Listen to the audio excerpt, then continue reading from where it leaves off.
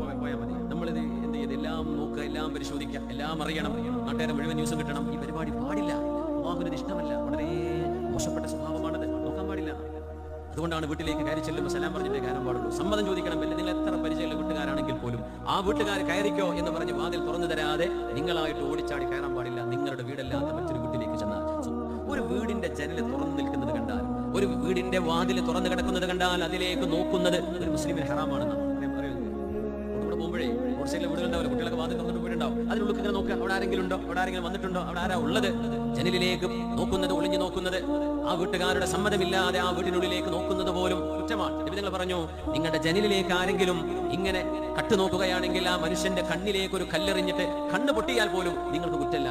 എന്തേ? അത് അവൻ ചെയ്യുന്ന ദുൽമാണ്, അതിന് കിട്ടുന്ന ശിക്ഷയാണ്. കുഴപ്പമില്ല.